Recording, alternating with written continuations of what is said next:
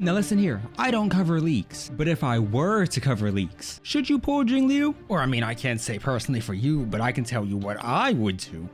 Characters who can self-buff, we have a lot of them, from Sealy to Bronya, from Bronya to Blade and Dan Heng. There are numerous amounts of them, and each of those self-buffing capabilities further makes them viable units. A perfect example of a self-buffer is Yanqing. The man basically gives himself perfect crit. Now, yes, it does make him arguably harder to build out because you can't necessarily build out a bunch of crit on him, but it does mean you have a bit more of a safety net overall with your highest damaging abilities like your skills or your ultimate. So it's a double-edged sword. The benefit of this, it's way easier to build them out, especially early game. However, there's also the bonus that other characters don't necessarily or aren't necessarily required for them. Take a character like Sealy, for example, a character who doesn't buff their crit in any capacity. Now, instead, imagine they buff themselves up to an extremely high degree and you could otherwise slot in a Bronya for the instant skill, a Tingyun just for the attack and damage percent bonus, as opposed to slotting in a Yukong to fix their crit ratio. Now, you may be one of the lucky individuals with good relics, like myself, but if you're not, these characters are a godsend for you because it lowers the specific expectations you need and the ratios and stat lines you need to meet in order to build out a character to be good enough. It also arbitrarily helps you build out your teams because it makes them more flexible. You don't need to slot in that Yukong if your character already has enough crit. You don't need to slot in a Fu Xuan with her skill or her E1 to fix your crit ratio. Instead, you can just use them as is and slot in a Tingyun for that damage percent buff, or a debuffer like Pela. But with all that being said, what does any of this have to do with Jingliu? And that's the point. See, if this character hypothetically can self-buff, whether that be with action forward, which is something similar to what Bronya has, or Sealy if you want to compare her to a DPS, or it's a character who can buff their own stats, like maybe damage percent or effect resistance. All of these make her not only just remarkably easy to build, but also an effective unit. Effect resistance essentially prevents you from being debuffed, whether you're frozen, imprisoned, or in any way, shape, or form debuffed to the extent to where you can't move. Effect resistance prevents that. That's why a lot of individuals, if you get effect resistance on your relics, should really consider that a good stat to have. And a character who can buff their own damage percent like ultimate damage percent means that this character gets more value from buffs like attack percent or like crit if they lack that. Now, for those of you who don't know, the stat lines you want to primarily look out for on any light cone on any character is crit rate and crit damage at the top. They value and matter the most, followed by a damage percent. This could be the specific elemental damage they deal, this could be an ultimate or skill damage, this could just be damage in general, like with Blade's light cone. And then finally at the bottom of that you have attack.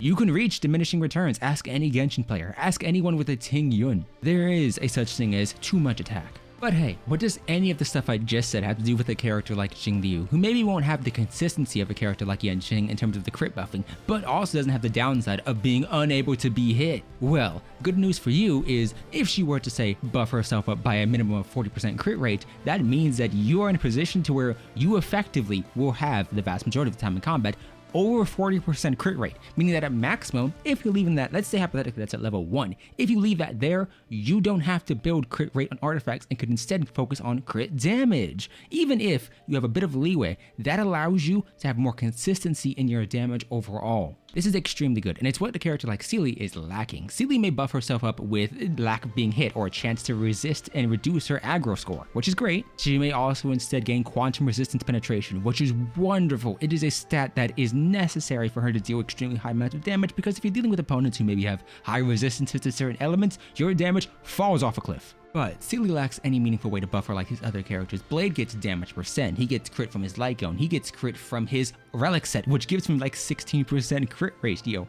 and his traces give him more crit and give him more damage percent. He also has his own healing. He's extremely good as a character. Dan Heng, hey, look, he maybe doesn't buff his crit as much, but he buffs his crit damage by a lot and gets that immediate action forward with his E2. Sealy is a character who thrives the more speed she has, and yes, her E2 does give her more speed, but her light cone is so dependent on her having enough speed to reach its threshold, which is 160 speed to get the maximum buff out of it. And so, as a result, Sealy doesn't have the crit rate or crit damage or the damage percent buff. She has resistance penetration, but for the vast majority of you could lower an opponent's defense to a degree and get similar amounts of value out of it. And at the same time, Sealy's Eidolons, for example, don't hold as much value as these other and newer destruction units. Sealy's a hunt character, she's single target, and so she needs to excel in that rate. But as a character, Sealy gets 15% crit from her first Eidolon. That sounds nice until you realize it doesn't show up on her stat sheet, meaning that it makes it harder to reach the baselines required for relic sets like Rudolin Arena, which wants you to have 70% or above, but if you're taking Sealy into account, you have Fushuan giving you 12%. Let's say hypothetically, you're at that 70% baseline already. Fushuan's giving you 12, now you're at 82,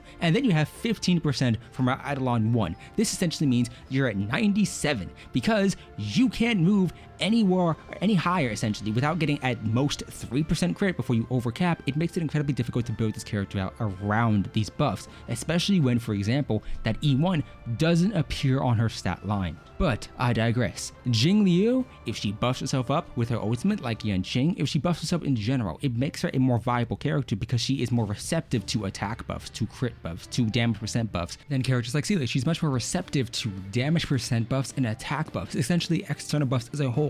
This is great for characters who just buff that capability in their units and in their teams. This is also far better for units like Pela or units who in general can debuff opponents, because you need to worry less about the current buffs your character has, whether it's a crit ratio, their attack percent, their damage percent ratios instead, and you can solely focus on debuffing the enemy to the extent to where your DPS is just able to do their job. But hey, I understand, that is just a basic example. What if you scale each character up with their Eidolons? Well, Jingliu, much like Danheng, much like Blade, is a character who gets only better with Eidolons and to a much faster and higher degree than characters like Sealy. I'm not saying Sealy's a bad character. I'm just saying these new destruction characters kind of have unreasonably good constellations or Eidolons, whichever game you play. And so as an example, let's talk. Her E1, hypothetically, all this is speculative to change and it's just based on predictions, whatever, you get the gist. Either way, it is a 24% crit damage buff for her ultimate or skill.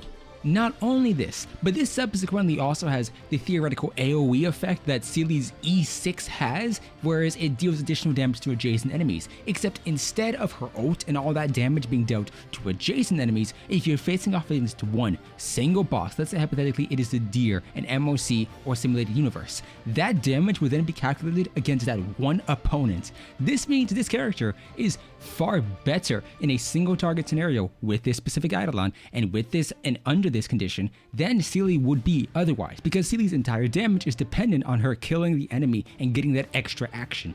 And mind you, Jingliu's 24% crit damage for one turn is comparative and being compared against Sealy's 15% crit rate against enemies with 80% or lower HP. This instance, it's non-conditional, and sure, it may not be the equivalent to 30 CV, but it is damn close. But let's compare that to Sealy's E2, in which she gets an additional around 28 speed. That's really nice. It's additional actions per turn and allows her to take full advantage of her light cone. Well, compared to that, Jingliu gets an additional 80% damage. Now, this isn't just 80% damage across the board, it's specifically after she uses her ultimate. The next skill, which is enhanced, gets 80% damage buff. That is an immense amount of damage, even though Sealy theoretically has that in her light cone. This is just a flat buff every consecutive turn after she uses her ultimate. And then every other buff or Eidolon after that scales higher and higher and higher. I'm not saying go for E2. I'm saying E1, it looks like it's going to be a nice bonus to have, but in comparison to Sealy's E1,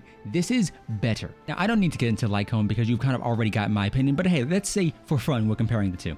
Yeah, Jingliu's is better. I don't know what needs to be said. It is a 20% crit damage buff compared to 18% from Sealy's Lycone, which is a crit rate buff. So yeah, Sealy's Lycone arguably has higher CV, but this one's non-conditional. Sealy's Lycone requires you to get 160 speed to get the maximum value out of it, whereas Jingliu just wants you to get hit 3 times. Where you ignore a grand total of 12% defense and gain an additional 14% attack, up to a maximum of 49% attack or damage bonus. So if we're considering both at max stacks, you have 20% crit damage, 49% damage bonus, and then 12% defense ignore. That is what's wonderful, unreasonably good considering that the ice set already gives you 25% crit and you have the quantum set, which for Sealy gives her that 20% defense ignore.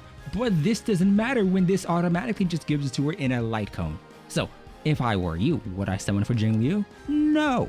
I would absolutely pull if I didn't have another DPS, but if you do, it's not a dramatic increase to the extent to where you're like, I need it. But you will be better off for it, especially given that mono ice teams are really good with her, Pela, Japard, and then you can have a Silver Wolf in to apply the debuff. You don't even need it, but it's good enough to have because she can freeze opponents. Did I mention she can freeze opponents? I don't think I did.